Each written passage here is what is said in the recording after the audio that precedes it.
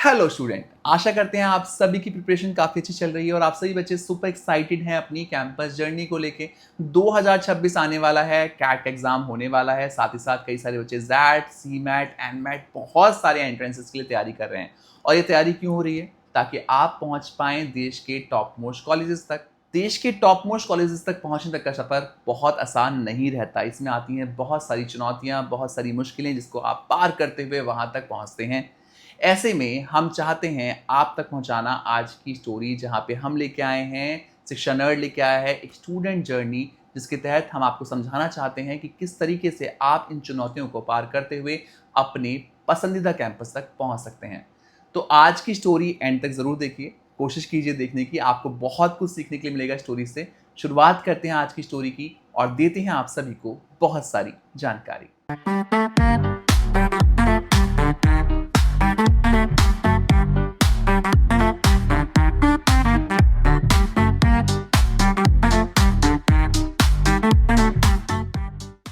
तो आज की वीडियो बहुत ही ज़्यादा इंपॉर्टेंट होने वाली है उन सभी बच्चों के लिए जो 2026 में प्लान कर रहे हैं अपने लिए बड़े कैंपस, यानी कि वो कैंपस जहां तक पहुंचने तक का सपना हर किसी बच्चे का होता है।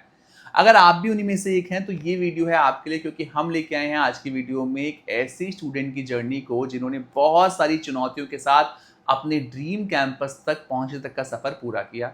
हम बात कर रहे हैं तमन्ना भल्ला की, जिन्होंने आगरा से कैट में 96 परसेंटाइल स्कोर किया, वो भी विदाउट एनी कोचिंग स्कोर किया। साथ ही साथ बहुत सारे कॉलेजेस में इंटरव्यू दिए और पहुंची दिल्ली यूनिवर्सिटी के डिपार्टमेंट ऑफ फिनेंशियल स्टडीज़ तक।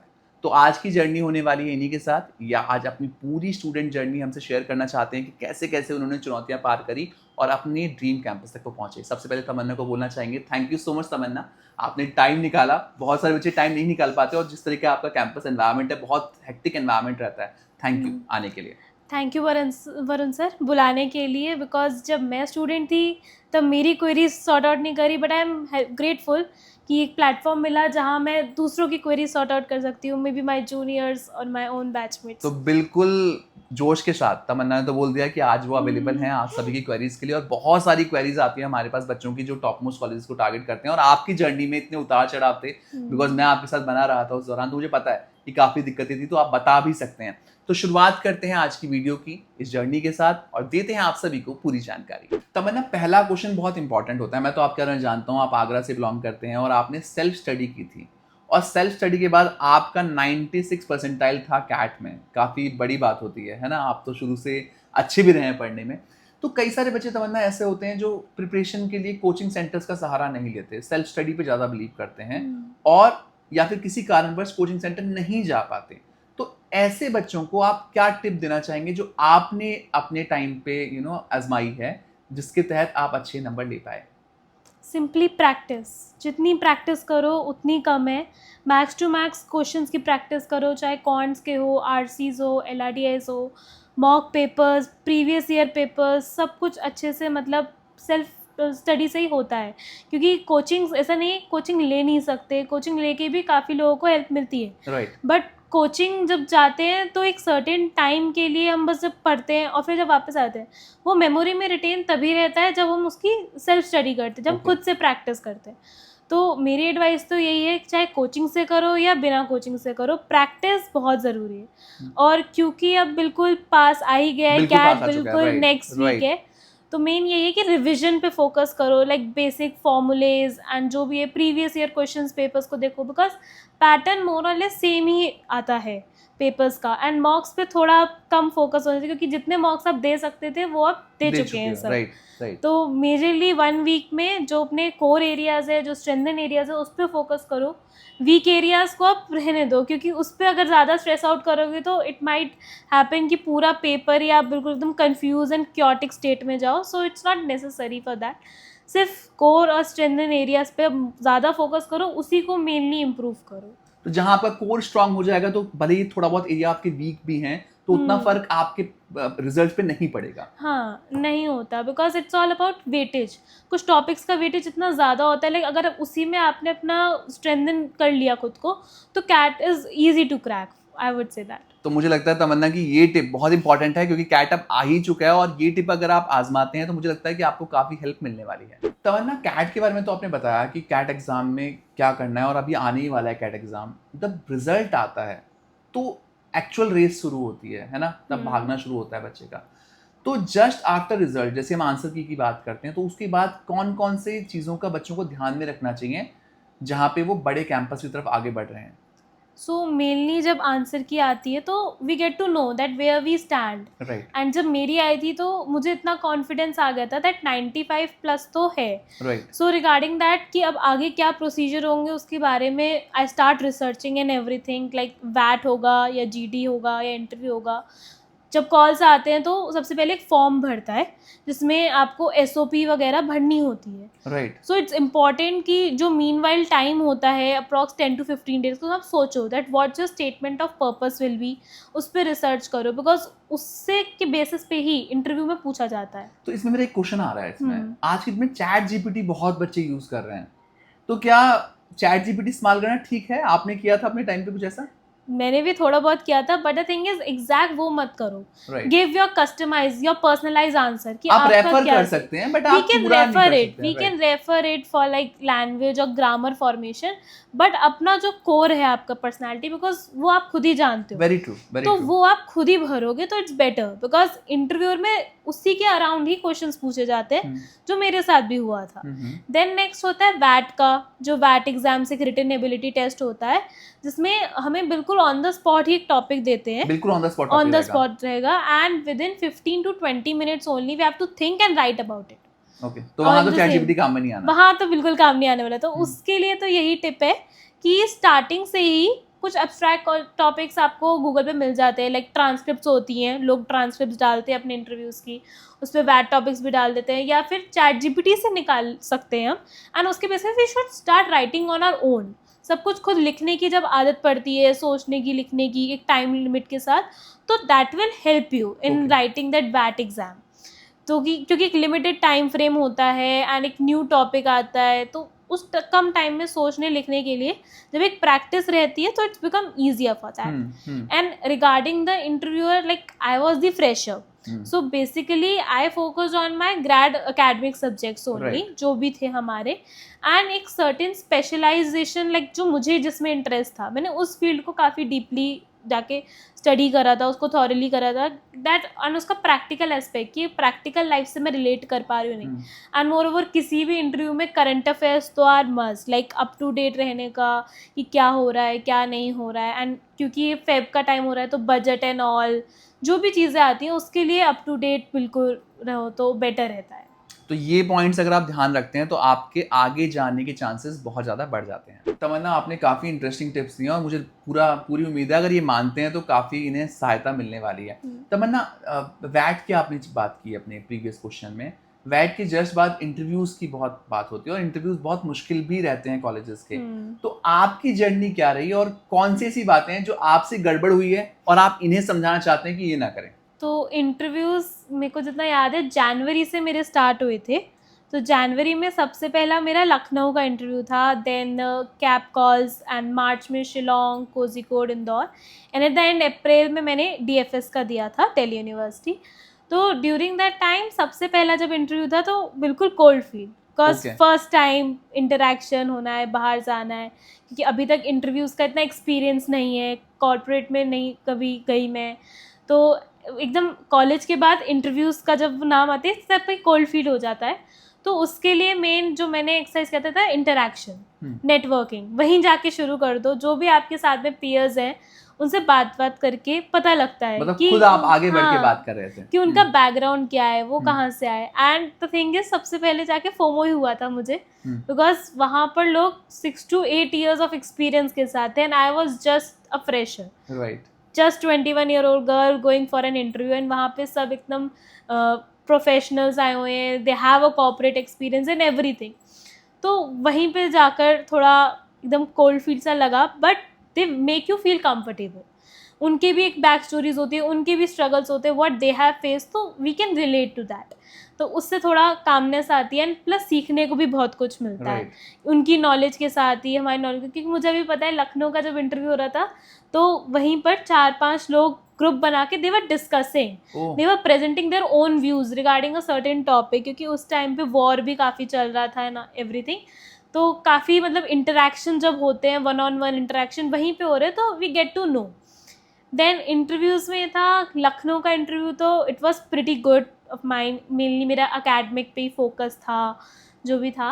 एंड बट आगे के जब मैंने इंटरव्यूज़ दिए कोझीकोड का, that was like my toughest one because I am Kozhikode and I was the last one to get the interview। तो वो जो वेटिंग टाइम होता है, वो तो सस्पेंस टिक वो जो सस्पेंस का टाइम होता है इतना ज़्यादा, उसी में आधा इंसान थक जाता है। We got so much tired कि कब होगा कैसे होगा। मोर ओवर मुझे थोड़ा एक्सेंट का भी लगा था, बिकॉज जो मेरे पैनलिस्ट थे ही वॉज फ्रॉम साउथ, तो एक्सेंट का थोड़ा मुझे लगा। प्लस वो जो इंटरव्यू था it was mainly based on current affairs and how we apply that case study। So I would suggest maybe मैं इतना prepared नहीं होके गई थी उस criteria में, maybe मैंने थोड़ा theoretically aspects पे ज़्यादा focus किया था, but if you have the time you should go for it। like practically आप कैसे relate कर पा रहे हो चीज़ों को and everything, उससे काफ़ी help मिलती है। current affairs की knowledge बहुत ज़्यादा है up to date रहने की। Moreover I still remember in one of my interviews, it was I think with Indore. So what the panelists tried to do, they tried to make me nervous. Like I was giving the right answer and I was sure, but the way they asked that, are you sure about this? Are you sure? That made me myself confused that am I sure or not? तो ये चीज़ जो है उसको भी self doubt जो उस point पे आता है, तो बिल्कुल नहीं जाना। Like if you're confident about a particular thing, be confident। बहुत humbly उनको convince करो, बल्कि that ऐसी सिनेरियो है और ये चीज़ है, तो वो चीज़ सुनते भी हैं। तो पैनल में कितने लोग थे आपके सामने? पैनल मेरे हर पैनल में 2 ही लोग थे।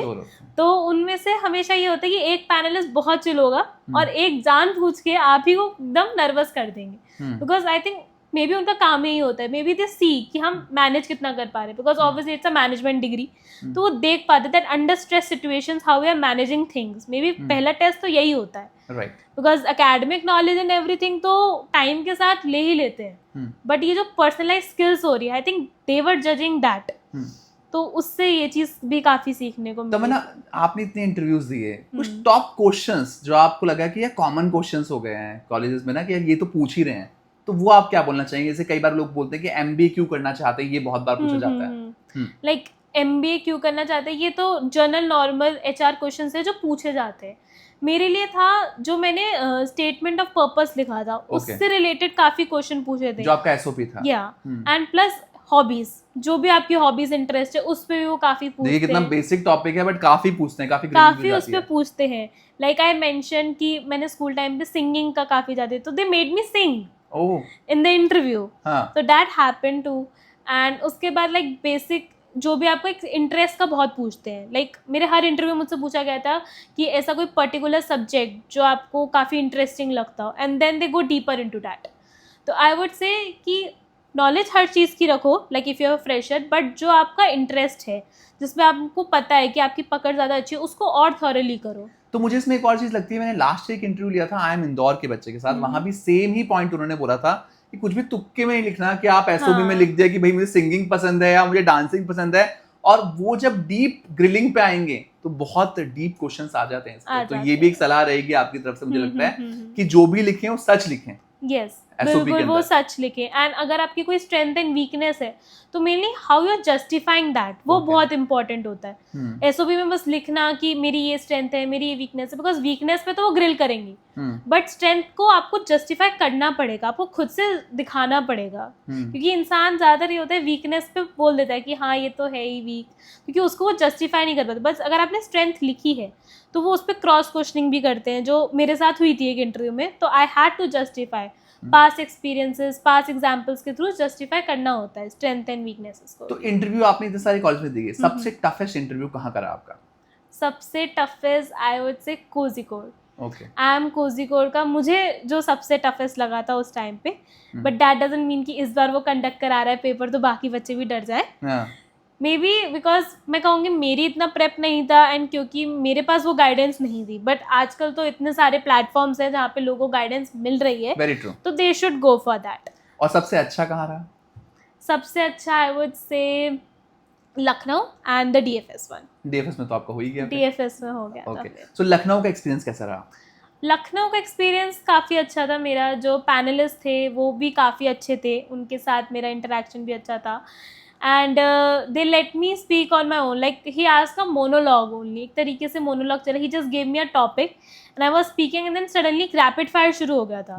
लाइक मैं एक चीज़ बोल रही हूँ, उसके बाद सडन सी क्वेश्चन, फिर मेरा आंसर, तो वो काफ़ी कंटिन्यूस रहा एंड आई वाज हैप्पी कि उस टाइम पे मुझे इतनी नॉलेज थी कि वो ब्रेक थ्रू नहीं हुआ, जिस वजह से मैं भी फंबल नहीं हुई and everything that. And mainly उनका HR क्वेश्चंस पे कम था फोकस, बिल्कुल एंड में जाकर दे आस्क कि लाइक अकेडमिक तो दे हैव जज्ड एंड तो मतलब जो HR क्वेश्चंस टाइप पूछे कि like I have written like leadership responsibilities, तो how do I justify that कि मैं अपने स्टूडेंट काउंसिल का पार्ट थी एंड एवरीथिंग लाइक, तो वो सब मेंशन हुआ। It was pretty good Lucknow का। तमन्ना, इतनी इंटरव्यूज आपने दिए, ड्यूरेशन कितनी रही है और मैक्सिमम ड्यूरेशन आपकी कहाँ खींची, कौन से कॉलेज में? Duration mostly it's about 20 to 25 minutes average duration. Okay. And maximum मेरी आई वुड से 25 ही गई थी। इंदौर में भी 25 गई थी एंड कोझिकोड में भी 25 ही गई थी। तो मुझे लगता है ये एक्सपीरियंस बहुत इंपॉर्टेंट था आपके लिए सुनना। अगर आप अच्छा स्कोर कर रहे हैं, आंसर की में अच्छे स्कोर्स आ रहे हैं, तो आप एक पड़ाव तो ऊपर गए हैं, बट बहुत कुछ आपके लिए आगे भी देखना बचा है। तमन्ना, ये जो क्वेश्चन हम लेने वाले हैं बहुत इंपॉर्टेंट क्वेश्चन है। आपने इंटरव्यू पे तो चर्चा की हमारे प्रीवियस क्वेश्चन में। प्रोफाइल का बहुत वेटेज होता है जब हम बात करते हैं टॉप मोस्ट कॉलेजेस की, बट क्योंकि हर साल लाखों बच्चे एंट्रेंस देते हैं, शुरू में पता नहीं होता, लगता है कि यार सिर्फ कैट क्रैक कर लिया या जैट क्रैक कर लिया, अच्छे स्कोर्स लेके आ गए तो हमारा एडमिशन तो पक्का है। ऐसे बच्चों से आप क्या कहना चाहेंगे? मेनली लगता है कि कैट क्रैक हो गया तो कॉल्स वगैरह आ जाते हैं, मे बी आ भी जाते हैं, बट जो फाइनल शॉर्ट लिस्टिंग होती है उसके लिए कहीं ना कहीं जो बैकग्राउंड होता है 10th 12th और ग्रेजुएशन का, उसका वेटेज बहुत ज़्यादा मैटर करता है।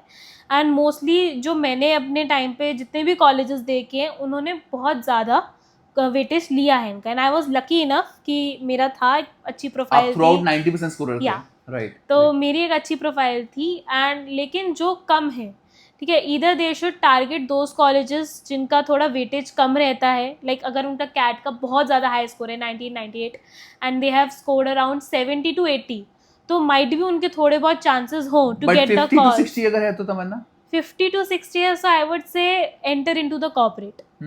आप सीधा एज अ फ्रेशर MBA में ना पढ़े, बिकॉज इससे आपका टाइम वेस्ट, पैसा वेस्ट हो सकता है, बट कॉर्पोरेट में जाने से आपको एक एक्सपोजर जब मिलता है तो at least you have something, because work ex भी बहुत मैटर करता है। वर्क एक्स मेरे पास नहीं था तो उसकी शॉर्ट कमिंग मुझे भी देखने को मिली, but if you have a work ex certain तो उसका जो वेटेज है वो माइट भी वो ओवरकम कर ले आपकी पास प्रोफाइल को। एंड क्योंकि MBA के बाद कई सारे ऐसे कोर्सेज भी हैं MBA के जो चाहते ही यही है कि अगर आपको वर्क एक्स नहीं है तो you are not eligible. Like Indore में एक है MBA of HR specialization. It requires that at least 2 years of work ex is mandatory for that.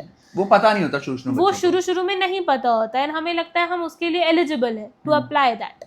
And ऐसी ही एक और लखनऊ में भी ऐसा एक कोर्स है विद सर्टेन स्पेसिफिकेशन कि उसमें भी वर्क एक्स वो डिमांड करते हैं। तो अगर आपकी प्रोफाइल इतनी स्ट्रांग नहीं है तो मेरा तो यही सजेशन रहेगा कि go into the corporate, get a work x. तो मतलब सिंपल आपका सॉल्यूशन यही है कि अगर आप बहुत बड़े कैंपस टारगेट कर रहे हैं और किसी कारणवश आपकी प्रोफाइल बहुत स्ट्रांग नहीं है, 70% से नीचे की प्रोफाइल है 10th 12th ग्रेजुएशन में, तो उस केस में आप एक्सपीरियंस पे के थ्रू एक एंट्री ले सकते हो। हाँ, वो एक्सपीरियंस आपको जिता सकता है उस जंग में जीतने में। एक और क्वेश्चन मैं पूछना चाहूंगा तमन्ना, जब हम बात करते हैं टॉप मोस्ट कॉलेजेस की, तो आप तो स्कोरर थे, आपका स्कोर भी अच्छा था। आज की डेट में कई सारे सोशल मीडिया पे हमें एड्स देखने के लिए मिलते हैं, मेरे पास भी बहुत कॉल्स आते हैं कि सर डायरेक्ट एडमिशन के लिए ऐड आ रहा है या डोनेशन के थ्रू आ रहा है, इन चीज़ों के थ्रू हो रहा है, बैकडोर एंट्री मिल रही है। ऐसे एड्स पे आप क्या क्या बोलना चाहेंगे? ऐसे एड्स मेरे टाइम पे भी आए थे, एंड क्योंकि मैं जानती हूँ कि वो जो जर्नी होती है लाइक 4 to 5 months, जब हम इंटरव्यूज़ दे रहे होते हैं एंड शॉर्ट लिस्टिंग आ रही होती है, तो उस टाइम पे बहुत क्योस होता है कि मिलेगा कॉलेज नहीं मिलेगा, एंड उस टाइम पर ऐसे एड्स का आना हो सकता है कि आपको थोड़ा मैनिपुलेट कर पाए कि आप इन रास्तों को चुनें, but I would say not to go for this. इसमें जाने का कोई फ़ायदा नहीं है बैकडोर एंट्री से, क्योंकि जब तक आप अपनी काबिलियत पे कुछ नहीं पा रहे तो उसको आप फुल यूटिलाइजेशन फ्रूटफुल नहीं कर सकते। मान लो अगर आपको टॉप मोस्ट कॉलेजेस में मिल भी गए एडमिशन, बट वहाँ पर एक से बढ़कर एक धुरंधर होंगे, एंड उनके साथ वहाँ जाके compete करना वो बहुत डिफ़िकल्ट हो जाएगा। जहाँ आप चलना जानते हैं वहाँ आप दौड़ तो Yes. पाएंगे ही नहीं बिल्कुल भी। एंड कहीं ना कहीं जो मेंटल पीस होगी वो भी डिस्ट्रॉय हो जाएगी। तो मेंटल सेटिस्फैक्शन और मेंटल पीस तभी आएगी जब खुद के दम पे कुछ मिलेगा, तो होगा कि हाँ चलो अब जितनी भी मेहनत करनी है खुद के दम पे करनी ही करनी है। तो यहाँ से आपको आंसर मिल गया होगा, अगर आपकी प्रोफाइल वीक है और आप वीक प्रोफाइल के साथ टॉप मोस्ट कॉलेजेस टारगेट कर रहे हैं, तो ये आंसर आपको कुछ ना कुछ सिखा के गया होगा। तमन्ना, हमने वैट की बात कर ली, हमने इंटरव्यूज़ की बात कर ली, हमने सोशल मीडिया की बात कर ली है, लास्ट क्वेश्चन में प्रोफाइल की बात कर ली है, अब सिलेक्शन हो चुका है, आप तो पहुंच गए थे दिल्ली यूनिवर्सिटी के एक मेन कॉलेज में। तो जब भी बच्चा बड़े कैंपस तक पहुंच जाता है तो एक जर्नी शुरू होती है, और उस जर्नी में बहुत डर भी लगता है शुरुआत में, एक तरह से उस माहौल में एडजस्ट करने में दिक्कत आती है। तो आपको क्या दिक्कतें आपने फेस की जो आप चाहेंगे कि जिसपे बच्चे ओवरकम कर सकते हैं कुछ चीज़ों के साथ? जब मैं गई थी तो मुझे सबसे ज़्यादा दिक्कत हुई थी जेलअप होने में, बिकॉज इतना ज़्यादा डाइवर्स बैकग्राउंड से आपका बैच होता है, सबके अलग अलग प्रोफाइल्स होती है, किसी के पास वर्क एक्स है, कोई फ्रेशर है, बट फ्रेशर है तो फिर भी दे हैव मतलब मच मोर सर्टिफिकेशन कोर्सेज, कोई CFA है आप ही के साथ बैठा है, कोई FRM है, कोई CA है, तो बहुत सारी चीज़ें होती हैं, एंड उसके साथ वो जेलअप होने में, नए लोगों से मिलने में, एंड मेरा तो ये था फर्स्ट टाइम मैं अपने कंफर्ट जोन से बाहर आई थी, लाइक मैं कभी आगरा से बाहर रही नहीं, तो एकदम से नए शहर में आना, नया कॉलेज, सब कुछ फर्स्ट टाइम जाना, तो कंफर्ट जोन से बाहर आने में टाइम तो लगता है। I also took like 15 to 20 days to gel up and everything. Mostly जो मैं एडवाइस करूँगी लाइक नए कैंपस में जाने से, अपनी प्रोफाइल बिल्डिंग पहले से ही स्टार्ट कर दो एडवांस में, जो मैं नहीं कर पाई उस टाइम पे, क्योंकि मेरा ये था धीरे धीरे हो जाएगा, बट अगर आप एडवांस में करोगे तो वहाँ पे थोड़ा ईजियर रह जाता है, थोड़ा बर्डन लोड ऑफ हो जाता है, बिकॉज MBA जाकर वहाँ का शेड्यूल बहुत हेक्टिक हो जाएगा, classes and all, assignments, projects, presentations, case comps, बहुत सारी चीज़ें आ जाती हैं, कमिटीज़ का काम, बहुत सब होता है। बट प्रोफाइल बिल्डिंग अगर आप स्टार्टिंग से करोगे तो इट माइट हैपन कि आपको दूसरों से थोड़ा एज मिले, एक कॉम्पिटिटिव एज मिले। तो आप जिस भी कोर्स में कर रहे हो और जो आपकी फील्ड ऑफ इंटरेस्ट में आप जाना चाहते हो, उस हिसाब से आप अपने कोर्सेज करना शुरू करो, सर्टिफिकेशंस करो, start taking part in the case comps, क्योंकि जून जुलाई का एक टाइम पीरियड ऐसा होता है, बहुत इनिशियल होता है, कुछ कॉलेजेस में ओरिएंटेशन ही चल रहे होते हैं, लाइक मेजर वो जो होता है ना क्लासेस का, वो शुरू नहीं हुआ होता है, तो वो 2 महीने का एक जो टाइम गैप होता है उसमें आप काफ़ी चीज़ें कर सकते हो प्रोफाइल बिल्डिंग के लिए, जो फिर मैंने बाद में भले ही सीखी, बट मैंने भी उसको करा, अगस्त में किया, मैनेज करा क्लासेस के साथ। एंड दूसरा ये है नेटवर्किंग बहुत इंपॉर्टेंट है, कभी भी अपने आप को इंट्रोवर्ट मत करो, लोगों से बात करो, लोगों से सीखो, बिकॉज जितना आप फैकल्टी से सीखते हो, आसपास सीनियर से सीखते हो, उतना आप अपने पीयर से भी सीखते हो, क्योंकि इतना ज़्यादा डाइवर्स होता है, कोई आपसे बड़ा है, कोई आपसे छोटा है, कोई कहीं से, कोई बड़े बड़े कॉलेजेस से, लाइक मेरे इधर IIT से भी बच्चे हैं, एंड DU के तो खैर बहुत ही हैं, एंड कई सारे मतलब गोवा से आए हैं, और दूसरे इतने कल्चर सीखने को मिलते हैं, इतने सुनने को मिलते हैं कि वो लर्निंग का जो एक्सपीरियंस होता है वो इतना ज़्यादा एक्साइटिंग हो जाता है, एकदम नेक्स्ट लेवल हो जाता है। तो ये भी बहुत इंपॉर्टेंट है जो उन्होंने आपको बताया कि आप अगर कैंपस तक पहुंच भी गए तो पहले से पहले अपने आप को तैयार कर लीजिए, बिकॉज एक रोलर कोस्टर राइड होने वाली है, आपको वहां जाके ठंडा गर्म का एहसास हो, उससे पहले अपने आप को थोड़ा सा आपको न्यूट्रलाइज करना पड़ेगा। तमन्ना, लास्ट क्वेश्चन हम आपके लिए लेके आए हैं और ये बहुत इंपॉर्टेंट क्वेश्चन है। आपने अपनी जर्नी सेल्फ स्टडी से शुरू की थी, आप शुरू से खुद पढ़ रहे थे, है ना, आपने एक चीज सीखी, करी, एग्जीक्यूट करी, आपसे बेहतर नहीं होगा कोई जो इन्हें एडवाइस दे सके। तो कोई भी एक गोल्डन एडवाइस जो आप देना चाहें बच्चों को जो 2026 में प्लान कर रहे हैं टॉप कॉलेजेस को, तो क्या रहेगी? ट्रस्ट द प्रोसेस, जो थ्रू आउट द जर्नी जो भी हो रहा है उस पर बिलीव करो, कंसिस्टेंट रहो और अपने एफर्ट्स पे बिलीव करो। बहुत ज़्यादा अप एंड डाउन्स आएंगे, सेल्फ डाउट बहुत बार आएगा, but just keep on going, जो भी होगा अच्छे के लिए ही होता है, ये तो मैंने सीख लिया है। जो भी होता है पेशेंस के साथ, बिल्कुल धीरे धीरे आराम से, जो भी फिगर आउट कर सकते हो चीज़ें खुद पे करो, एंड जहाँ से भी एडवाइस सीखने को मिल रहा है सीखो। मेरा मेन तो यही रहेगा। तो जो भी होगा अच्छे के लिए होगा, और अच्छे के लिए होगा ही, क्योंकि आप हमारे साथ जुड़े हैं। तो आज की वीडियो थी तमन्ना भल्ला के साथ, जो कि हैं डिपार्टमेंट ऑफ फाइनेंशियल स्टडीज़ की स्टूडेंट। फिलहाल इन्होंने क्रैक किया DFS को लास्ट ईयर और अभी पढ़ रहे हैं वहाँ पे। सेकंड वीडियो में हम उनकी कॉलेज के बारे में भी चर्चा करेंगे। आशा करते हैं आज की वीडियो के माध्यम से आपको काफ़ी क्लैरिटी मिल पाई है अपने सफ़र के लिए, और हम चाहेंगे आप सभी अपने ड्रीम कैंपस तक पहुंच पाएं, इसलिए लेके आए थे आज की वीडियो। फिर भी अगर आपको कोई डाउट है, क्वेरी है, शंका है या क्वेश्चन है जो आपको परेशान कर रही है, तो आप स्क्रीन पे दिए गए नंबर पर हमसे बात कर सकते हैं, हमसे जुड़ सकते हैं और अपनी क्वेरी का आंसर लेते हुए आगे बढ़ सकते हैं। Thank you so much for watching us. Best of luck.